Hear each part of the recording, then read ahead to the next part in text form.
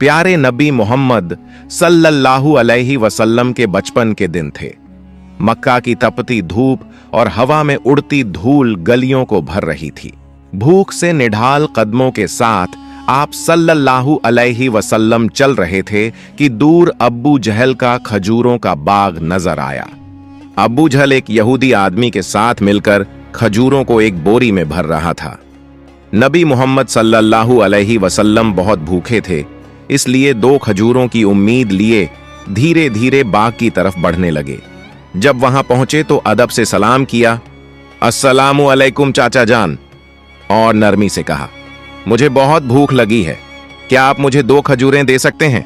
अब्बू जहल ने घृणा भरी नजरों से देखा और बोला, मैं तुझे खजूर दे सकता हूं, लेकिन एक शर्त है, वो जो यहूदी खड़ा है उसकी बोरी तू अपने सर पर रखकर मेरे घर तक पहुंचा दे, तब खजूर मिलेगी।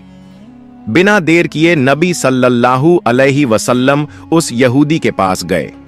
यहूदी हैरानी से बोला, ए मोहम्मद, तुम यहां क्यों आए हो? नबी सल्लल्लाहु अलैहि वसल्लम ने फरमाया, मैं ये बोरी अपने सर पर रखकर ले जाना चाहता हूं।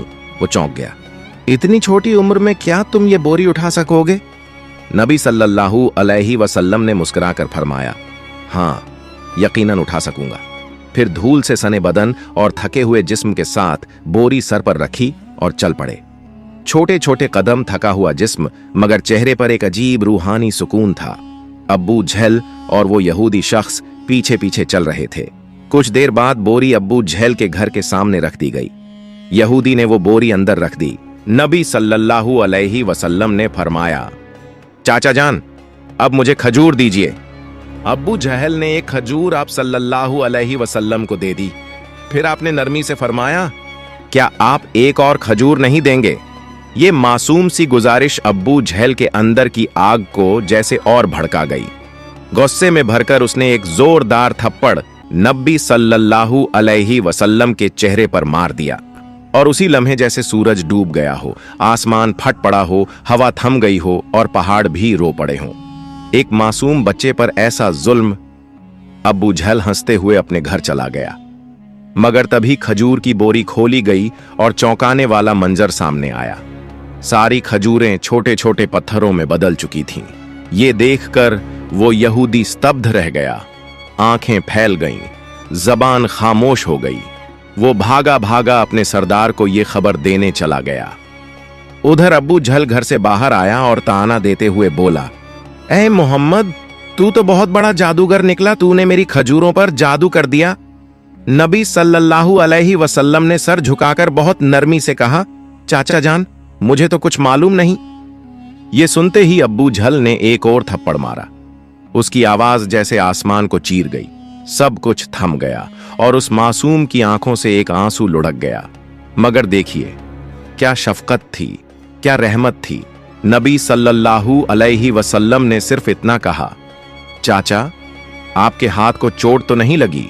सुभान अल्लाह, क्या किरदार, क्या इंसानियत। खुद थप्पड़ खाया, मगर फिक्र उस इंसान की जिसने मारा। फिर नबी सल्लल्लाहु अलैहि वसल्लम ये सारी जिल्लत, तकलीफ और भूख लेकर घर वापस नहीं गए, बल्कि चुपचाप पहाड़ के किनारे जाकर खड़े हो गए। दरख्त और पहाड़ जैसे पुकार उठे, अफसोस, जिसे न पैदा किया जाता तो ये जमीन, ये आसमान कुछ भी न होते। वो अजीम नबी आज भूखे, नजरअंदाज किए जा रहे हैं। लेकिन फिर भी अब्बू जहल जैसे संगदिल के दिल में न रहम आया, न आंखों में पछतावे का एक कतरा। उधर वो यहूदी शख्स अपने सरदार के पास दौड़ता हुआ जा पहुंचा। आज मैंने एक ऐसा वाकया देखा है जो तसव्वुर से भी परे है। वो यहूदी अपने सरदार से कह रहा था, अब्दुल्लाह के बेटे मोहम्मद सल्लल्लाहु अलैहि वसल्लम में कोई ऐसी ताकत है कि बस एक तमाचा लगने पर सारी खजूरें पत्थर बन गईं। आप ही बताइए, क्या ये जादू हो सकता है या फिर कोई इलाही ताकत है? ये सुनकर सरदार थोड़ी देर खामोश रहा, फिर गंभीर आवाज में बोला, हमने भी सुना है कि हमारी आसमानी किताब में मोहम्मद का जिक्र है कि वही आखिरी और सबसे अजीम नबी होंगे। मगर क्या वाकई यही मोहम्मद है? ये जानना जरूरी है। हमें अपने मजहबी पेशवा से रुजू करना होगा। अगर ये बात सच निकली तो हम उसे जिंदा नहीं छोड़ेंगे, बल्कि उसे इस दुनिया से ही खत्म कर देंगे। तुम लोग जाओ और ये खबर हमारे पेशवा तक पहुंचाओ। ये सुनकर वो यहूदी शख्स फिर से अब्बू जहल के घर की तरफ रवाना हो गया। जाते जाते जब वो खजूर के बाग के पास पहुंचा तो उसकी आंखें हैरानी से फैल गईं। पूरे बाग में एक भी खजूर नहीं थी। हर दरख्त पर सिर्फ पत्थर, सिर्फ पत्थर। ये कैसे हो गया? वो एक पल भी वहां न रुका और तेजी से अब्बू जहल के घर की ओर दौड़ पड़ा। घर पहुंचते ही उसने कहा, भाई, आपके बाग की सारी खजूरें पत्थर बन चुकी हैं। अगर अब इसे न संभाला गया तो बहुत बड़ा नुकसान हो जाएगा। इसका एक ही हल है, मोहम्मद सल्लल्लाहु अलैहि वसल्लम से माफी मांगो। मगर अब्बू जहल माफी मांगने वालों में से नहीं था। वो जालिम था, चालाक था। उसने नरमी से कहा, ठीक है, चलो मोहम्मद के घर चलकर देखते हैं। फिर वो नबी मोहम्मद सल्लल्लाहु अलैहि वसल्लम के घर की तरफ चल पड़ा। उस वक्त नबी अपने चाचा अब्बू तालिब के साथ रहते थे। जब अब्बू जहल घर पहुंचा तो अब्बू तालिब अकेले थे। अब्बू जहल ने आवाज लगाई, ए अब्बू तालिब, कहां है तुम्हारा भतीजा मोहम्मद? वो बहुत बड़ा जादूगर है। उसने मेरी सारी खजूरें पत्थर बना दी हैं। फिर तंज में बोला, कहीं किसी पहाड़ के किनारे किसी शेर या रीछ ने उसे खा तो नहीं लिया? ये सुनकर चाचा अब्बू तालिब बेचैन हो उठे। उन्होंने एक पल की भी देर न की और नबी की तलाश में निकल पड़े। उधर नबी मोहम्मद सल्लल्लाहु अलैहि वसल्लम एक पहाड़ के किनारे बैठे रो रहे थे। अगर मेरे वालिद जिंदा होते तो शायद कोई मेरे साथ ऐसा सुलूक न करता। मैं बहुत तन्हा हूं, बहुत अकेला। उनकी ये तन्हाई देखकर जंगल के शेर, रीछ, हिरण सब वहां आ गए और जैसे उनके दर्द को महसूस करके सब रोने लगे। शेर की आंखें भी भीग गईं। वो कहने लगे, या रसूल अल्लाह, रहमतुल लिल आलमीन, ये तमाचा जैसे हमें लगा है। आप अब न रोइए, ये आंसू हम बर्दाश्त नहीं कर पा रहे। कुछ ही लम्हों में चाचा अब्बू तालिब वहां पहुंच गए। उन्होंने जब ये मंजर देखा तो कुछ कह न सके, बस स्तब्ध रह गए। नजारा इतना अजीब और दिल को छू लेने वाला था। फिर उन्होंने नबी को सीने से लगाया और पूछा, किसने तुम्हें तकलीफ दी मेरे लाल? जब तक मैं जिंदा हूं कोई तुम्हें छू भी नहीं सकता। उसके बाद चाचा अब्बू तालिब नबी को लेकर घर लौट आए। लेकिन उसी रात अब्बू तालिब खुद अब्बू जहल के घर पहुंचे। उन्होंने गुस्से से नहीं बल्कि सच्चाई से कहा, तुम उसे जादूगर कहते हो, जबकि उसने तुमसे कुछ मांगा भी नहीं, तुम्हारी खजूरें भी नहीं लीं, तुम्हारे खिलाफ कुछ कहा भी नहीं। उसकी आंखों से जो आंसू गिरे हैं वो एक दिन पहाड़ों को भी पिघला देंगे। ये कहकर अब्बू तालिब वहां से चले गए। अब्बू जहल खामोश रह गया, क्योंकि वो कुछ महसूस जरूर कर रहा था मगर तस्लीम नहीं करना चाहता था। असल में वो एक जालिम और घमंडी इंसान था। उसी रात मक्का के आसमान पर एक अजीब रोशनी फैल गई। सब लोग समझे कोई तारा टूटा है, मगर हकीकत ये थी कि फरिश्ते एक एक करके जमीन पर उतर रहे थे। एक फरिश्ता दूसरे से कह रहा था, इन आंखों से जो आंसू बहा है, एक दिन उसी से अजीम किताब नाजिल होगी। यही सबसे अजीम इंसान है और आखिरी नबी भी, जो पूरी दुनिया के लिए रहमत बनकर आया है। उधर जब यहूदियों को इस मौजिजा भरी घटना की खबर मिली तो उनके दिलों में आग लग गई। उन्होंने नबी मोहम्मद सल्लल्लाहु अलैहि वसल्लम को कत्ल करने की साजिशें शुरू कर दी, क्योंकि वो चाहते थे कि आखिरी नबी उनके कबीले में पैदा हो, मगर ऐसा नहीं हुआ। उनमें से एक यहूदी शख्स अपने मजहबी पेशवा के पास गया और सारी कहानी तफसील से बताई। पेशवा ने थोड़ी देर आंखें बंद की, फिर धीमे स्वर में बोला, मैं उसे पहचान गया हूं। यही वो नबी हैं जिनका जिक्र हमारी किताबों में है। उनकी दो निशानियां हैं, एक उनके कंधे पर महर ए नबुव्वत और दूसरी उनकी निगाहों में बसी रहमत। किसी ने पूछा, तो क्या आप ईमान लाएंगे? वो खामोश हो गया। फिर बस इतना कहा, हम नहीं चाहते थे कि वो हमारे कबीले में आए, इसीलिए हम सच्चाई का इनकार करेंगे। उधर हर साल चाचा अब्बू तालिब तिजारत के लिए शाम जाया करते थे। उस दिन भी अब्बू तालिब शाम के सफर की तैयारी में लगे थे। तभी नबी मोहम्मद सल्लल्लाहु अलैहि वसल्लम आकर बोले, चाचा जान, क्या मैं भी आपके साथ शाम चल सकता हूं? अब्बू तालिब उन्हें मना नहीं कर सके। अगले ही दिन वो दोनों एक तिजारती काफिले के साथ रवाना हो गए। कुछ दिन सफर करने के बाद काफिला बुसरा नाम की जगह पहुंचा। वहीं पास में एक गिरजाघर था जहां एक ईसाई आलिम पेशवा रहता था। वो उस दौर का सबसे बड़ा और अजीम पादरी माना जाता था। जब काफिला वहां से गुजरा तो उस ईसाई आलिम ने एक नौजवान को देखा। वो हैरान रह गया। उस लड़के के सर पर एक बादल का टुकड़ा साया किए चल रहा था। जहां वो चलता, बादल भी साथ चलता। उसे यकीन हो गया कि इस काफिले में ही आखिरी जमाने का नबी मौजूद है। फौरन उसने अपनी किताबें निकाली, पढ़ा, देखा और पक्की तस्दीक कर ली। उसने जल्दी से अपने एक आदमी से कहा, जाओ इस काफिले के सारे लोगों को यहां बुलाओ, उन्हें दावत पर बुलाओ। वो आदमी गया और काफिले वालों से बोला, भाइयों, हमारे पेशवा ने आप सबको खाने पर बुलाया है, कृपया स्वीकार करें। सब लोग उस गिरजाघर में पहुंचे। पेशवा ने सबको अच्छी दावत दी। कुछ देर बाद उसने अबू तालिब से कहा, ऐ काफिले के सरदार, लगता है इस बच्चे के माँ बाप अब इस दुनिया में नहीं हैं। अबू तालिब ने कहा, जी हां, आप सही समझे, अब इसकी देखभाल मैं कर रहा हूं। पेशवा ने गंभीरता से कहा, याद रखो, तुम्हारा भतीजा अल्लाह का आखिरी नबी है। उसकी पीठ पर महर नबूवत है, उसकी आंखों में रहमत है। उसे कभी अकेला मत छोड़ना। अगर यहूदियों और नसाराओं को पता चल गया तो वो उसे जान से मारने की कोशिश करेंगे। अबू तालिब ने हैरानी से पूछा, आपको यह सब कैसे मालूम हुआ? पेशवा ने जवाब दिया, मैंने हमारी किताबों में इस वाकये की तफसील पढ़ी है। अब जाओ और मोहम्मद को मेरे पास ले आओ। अबू तालिब उन्हें लाने रवाना हुए। तभी पेशवा ने देखा कि एक दूसरा काफिला उस जगह से गुजर रहा है। वो फौरन वहां पहुंचा और पूछा, तुम लोग कौन हो, कहां जा रहे हो और क्यों? उन्होंने जवाब दिया, हम रोम के सिपाही हैं। हमारे बादशाह ने हमें भेजा है। कहा गया है कि आखिरी नबी दुनिया में आ चुके हैं और हमें उन्हें ढूंढकर खत्म करना है। क्या तुम इसके बारे में कुछ जानते हो? ईसाई पादरी मुस्कुराया और बोला, तुम लोग बेकार कोशिश कर रहे हो।